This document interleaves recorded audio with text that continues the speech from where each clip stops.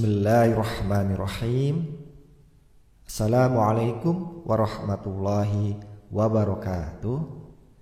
Alhamdulillah, wassalatu wassalamu ala rasulillah wa ala alihi wa sahbihi wa mawalah.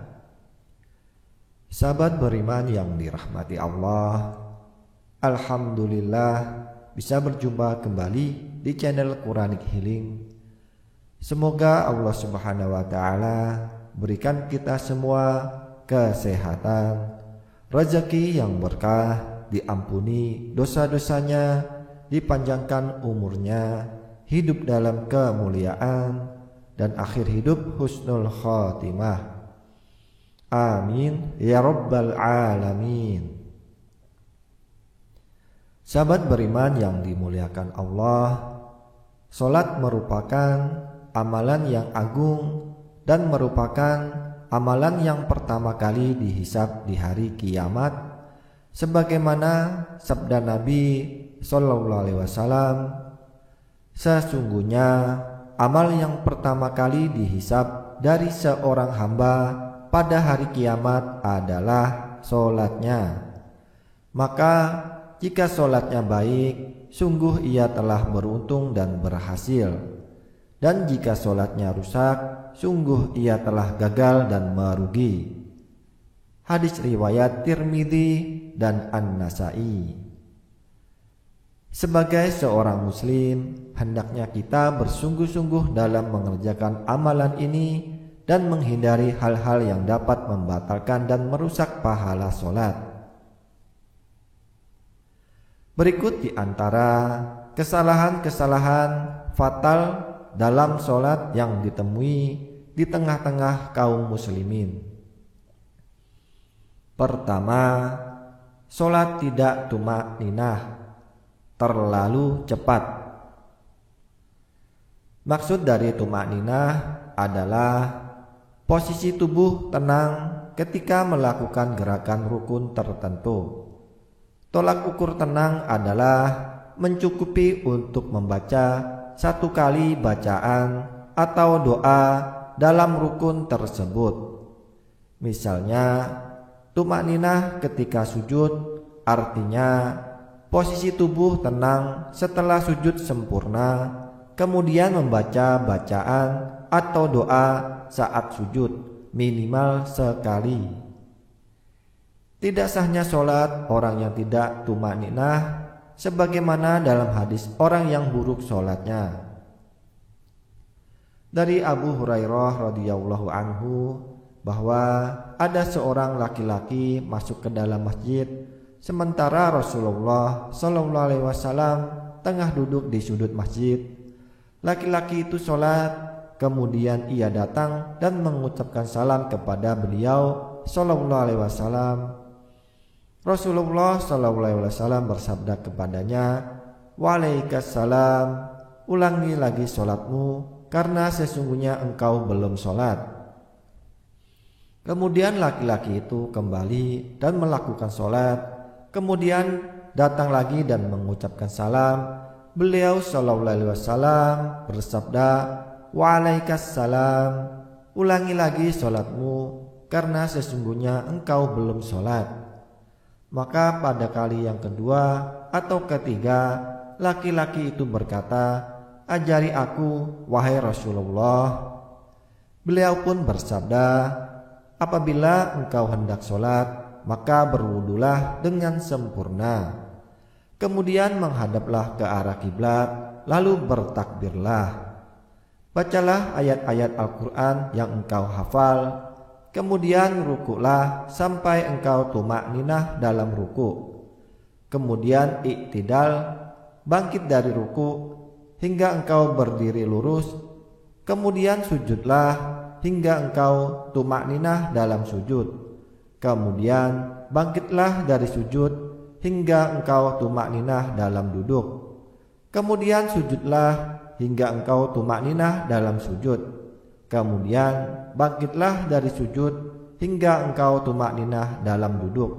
Kemudian lakukanlah semua itu dalam semua sholatmu." Hadis riwayat Bukhari dan Muslim. Yang kedua, terlalu banyak melakukan gerakan yang tidak perlu. Para ulama menyatakan bahwa banyak gerakan yang berlebihan dan diulang-ulang bisa membatalkan sholat. Syekh Muhammad bin Saleh Al-Utsaimin rahimahullah menjelaskan bahwa gerakan dalam sholat bisa membatalkan sholat jika dilakukan terlalu banyak, tidak adanya kebutuhan, dan dilakukan berturut-turut tidak terpisah. Jika gerakan yang banyak tersebut dilakukan secara terpisah-pisah, maka tidak sampai membatalkan sholat. Jika ia bergerak 3 kali pada rakaat pertama, kemudian bergerak 3 kali pada rakaat kedua, kemudian bergerak 3 kali lagi di rakaat ketiga, dan juga 3 kali di rakaat keempat, yang jika gerakan-gerakan ini digabungkan banyak gerakannya, akan tetapi ketika gerakan-gerakan tersebut terpisah-pisah, maka jadi sedikit karena terpisah-pisah pada setiap rakaat, dan ini tidak membatalkan sholat. Syarhul Mumti. Yang ketiga, mendahului imam atau membersamai imam. Ada 4 jenis gerakan makmum di belakang imam. Yang pertama, mendahului imam. Mendahului imam menurut kesepakatan para ulama hukumnya haram. Dalam hadis-hadis Nabi SAW terdapat adanya larangan mendahului imam, di antaranya dari Anas radhiyallahu anhu, ia berkata, pada suatu hari Rasulullah SAW mengimami kami sholat. Ketika telah selesai sholat, beliau menghadap kami dengan wajahnya, lalu berkata, wahai manusia, sesungguhnya aku adalah imam kalian. Maka janganlah kalian mendahuluiku dengan ruku, sujud, berdiri atau selesai. Hadis riwayat Muslim nomor 426. Rasulullah memberikan ancaman keras bagi seseorang yang mendahului imam, seperti disebutkan dalam hadis, apakah seseorang di antara kalian tidak takut apabila ia mengangkat kepalanya sebelum imam, Allah akan rubah bentuknya menjadi bentuk keledai. Muttafaqun alaih. Yang kedua, membersamai imam. Hal ini juga terlarang. Dalilnya adalah hadis dari Al-Bara bin Azib radhiyallahu anhu. Kami dahulu sholat di belakang Nabi SAW. Apabila Nabi mengatakan Sami'allahu liman hamidah, maka tidak ada seorang pun di antara kami yang mencondongkan punggungnya sampai Nabi SAW meletakkan dahinya di tanah. Muttafaqun alaih. Ketiga, terlalu terlambat dari gerakan imam, seperti terlalu lama sujud sedangkan imam sudah tasahud. Hal ini juga dilarang. Keempat, mengikuti gerakan imam. Inilah yang benar. Makmum melakukan gerakan setelah imam sempurna melakukan gerakan sebagaimana dalam hadis dari Nabi SAW bahwasanya beliau SAW bersabda, sesungguhnya imam hanya untuk diikuti, maka janganlah menyelisihinya. Apabila ia ruku, maka rukuklah, dan bila ia mengatakan Sami'allahu liman hamidah, maka katakanlah Rabbana walakal hamdu. Apabila ia sujud, maka sujudlah, dan bila ia sholat dengan duduk, maka sholatlah dengan duduk semuanya. Muttafaqun alaih. Yang keempat, bersujud dengan cara yang salah. Pertama, tidak menempelkan 7 anggota sujud ke lantai. Terkadang kita temui praktek sebagian kaum muslimin yang tidak menempelkan 7 anggota sujud ke lantai, seperti mengangkat kedua ujung kaki ataupun tidak menempelkan hidung ke lantai. Padahal Nabi SAW bersabda, "Aku diperintahkan untuk bersujud dengan bertumpu pada 7 anggota badan, dahi, dan beliau berisyarat dengan menyentuhkan tangan ke hidung beliau, 2 telapak tangan, 2 lutut, dan ujung-ujung 2 kaki." Hadis riwayat Bukhari dan Muslim. Kedua, meletakkan siku di atas lantai ketika sujud sehingga menyerupai binatang. Dari Anas bin Malik, dari Nabi SAW, beliau bersabda, "Seimbanglah di dalam sujud dan janganlah kamu menghamparkan kedua lenganmu sebagaimana terhamparnya kaki anjing." Hadis riwayat Bukhari dan Muslim. Hadis ini merupakan dalil larangan menghamparkan 2 lengan pada waktu sujud, yaitu meletakkan 2 siku di tanah, lantai.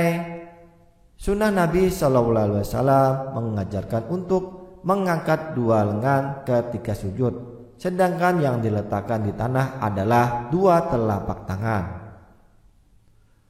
Yang kelima, terbukanya aurat ketika sholat. Sebagian kaum muslimin yang kurang perhatian dalam hal ini terkadang terbuka bagian belakang celananya ketika ruku dan sujud sehingga terbuka auratnya. Dalil perintah menutup aurat adalah firman Allah yang artinya, "Hai anak Adam, pakailah pakaianmu yang indah di setiap memasuki masjid. Makan dan minumlah, dan janganlah berlebih-lebihan. Sesungguhnya Allah tidak menyukai orang-orang yang berlebih-lebihan." Quran Surah Al-A'raf ayat 31. Di dalam ayat ini Allah memerintahkan untuk berias diri ketika memasuki masjid, dan bagian dari berias diri ke masjid adalah memakai pakaian yang menutup seluruh aurat. Jika ada orang yang merasa auratnya terbuka, dia harus segera menutup auratnya agar sholatnya tetap sah. Yang keenam, tidak melakukan takbiratul ihram. Sebagian kaum muslimin ketika terlambat, dia mulai sholat dan membaca takbiratul ihram sambil bergerak turun menuju gerakan jamaah. Ini tidak disebut takbiratul ihram, tetapi takbir intikal. Dalam ensiklopedia fikih dinyatakan, orang yang sholat wajib melakukan takbiratul ihram sambil berdiri dalam kondisi yang mengharuskannya untuk berdiri, dan disebut berdiri jika posisi punggung tegak. Karena itu tidak sah jika takbiratul ihram dilakukan sambil duduk atau sambil menunduk ruku. Itulah kesalahan-kesalahan fatal dalam sholat yang ditemui di tengah-tengah kaum muslimin. Yang pertama, sholat tidak tumaninah atau terlalu cepat. Yang kedua, terlalu banyak melakukan gerakan yang tidak perlu.